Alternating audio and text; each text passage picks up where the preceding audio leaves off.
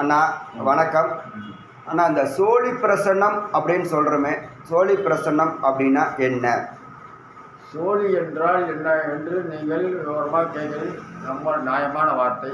சோழி அந்த காலத்தில் 300 ஆண்டுகளுக்கு முன்னால் முனிவர்கள், அகத்திய முனிவர்களால் உருவாக்கப்பட்டது இந்த சோழி. அது எனக்கு தெரிந்தவரை நான் இடையில் ஒரு ஆசிரியரிடம் இந்த ஜோதிடத்தை கற்றுக்கொண்டு அவரிடத்தில் சான்று பெற்றுள்ளேன்.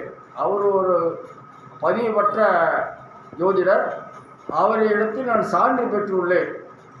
ஆனால் சோழி என்பது முன்னோர்கள் வழியில் வந்த சோழி. நீங்கள் இந்த சோழி பிரசன்னத்தை எத்தனை வருஷமாக பார்க்குறீங்க? இந்த சோழி பிரசன்னத்தை பார்ப்பது குறைந்தபட்சம் ஒரு 18 ஆண்டுகளாக பார்த்து கொண்டு இருக்கிறேன். ஆனால் ஆசிரியர் மூலியமாக கற்று அரசாங்கத்தினுடைய சான்றிதழ் பெற்றது 5 வருடம்.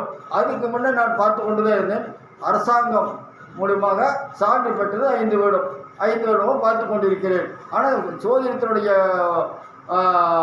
உண்மை 20 வருடம் பார்த்து கொண்டிருக்கிறேன். இந்த சோழி பிரசன்னம் பார்க்கறதுக்குன்னு நேரம் காலம் இருக்கா? உண்டு. சோழி பிரசன்னம் பார்ப்பது காலை 6 மணி முதல் மதியம் 12 மணி வரை தான் பார்க்க வேண்டும். அப்பொழுதுதான் சோழிக்கு ஒரு மகிமை. சோழி பிரசன்னம் பார்ப்பவர்களுக்கும் மகிமை. அந்த சோழியும் நன்றாக ஒரு பதிலை கொடுக்கும்.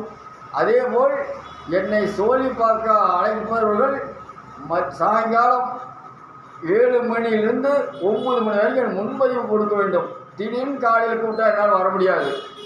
ஆகவே முன்பதிவு செய்து காலையில் சாயங்காலம் 7 மணிக்கு முன்பதிவு செய்து 9 மணிக்கு முன்பதிவு செய்து கொள்ளுங்கள். காலை எங்கே வர வேண்டும் என்று சொன்னீங்களா நாங்கள் வந்து பார்ப்பேன். சில பேர் வர முடியாதவர்கள் என்னிடத்தில் வந்து பார்க்கலாம். நான் ஆஃபீஸ் போட்டிருக்கிறேன், அங்கே வந்து பார்க்கலாம். இது யார் யாருக்கு பார்க்கலாம்? எந்த மாதிரி சூழ்நிலையில் இருக்கிறவங்களுக்கு பார்க்கலாம்? நீங்கள் யார் யாருக்கு ஸ்பெஷலாக பார்க்குறீங்க? அதாவது சோழி என்பது ஜாதகமாக இல்லை.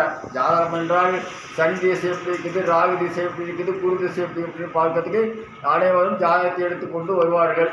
அது வந்து எல்லாம் ஒரு குடும்பத்தில் உள்ளவர்கள் 10 பேர் இருந்தால் 10 ஜாதகத்தை பெற்றவங்க 4 பேர் ஒருத்தர் எடுத்துகிட்டு வந்து பார்ப்பார்கள். இது சோழி அப்படி இல்லை. சோழி என்பது அவரவர்களே பார்க்க வேண்டும். நான் 108 சோழி வைத்திருக்கிறேன். 108 சோழியில் 12 சோழிகளாக எடுத்து போட்டு பார்க்க வேண்டும். அதாவது ஒருவருக்கு திருமணம் ஆகவில்லை என்று வைத்துக் கொள்ளுங்கள். திருமணம் ஆகவில்லை என்றால் அந்த திருமணம் ஆகாத நபர் என்னிடத்தில் உட்கார்ந்து அவர் பார்க்க வேண்டும். அப்பொழுதுதான் அவருக்கு திருமணம் ஏன் ஆகவில்லை, எவ்வாறு ஆகவில்லை, என்ன காரணம், அவரிடத்தில் என்ன தவறு இருக்குது அப்படி என்று ஆராய்ச்சி பண்ண முடியும். அதே நீங்கள் ஜாதகம் எடுத்துகிட்டு போனால் பெற்றவர்கள் ஜாதகம் எடுத்துகிட்டு போகணும். அது யாரோ எழுதி வச்சு ஜாதகம் அவங்க கேட்டு வந்து பதில் சொல்கிறாங்க. இது அப்படி அல்ல.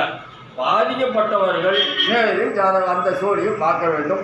திருமணம் ஆகாதவர்கள். அதேபோல் புத்திரபாக்கியம் இல்லாதவர்களும் புத்திரபாக்கியம் இல்லாத பெண்மணி சோழி போட்டு பார்க்க வேண்டும். நானும் பார்ப்பேன், அவர்களும் பார்க்க வேண்டும்.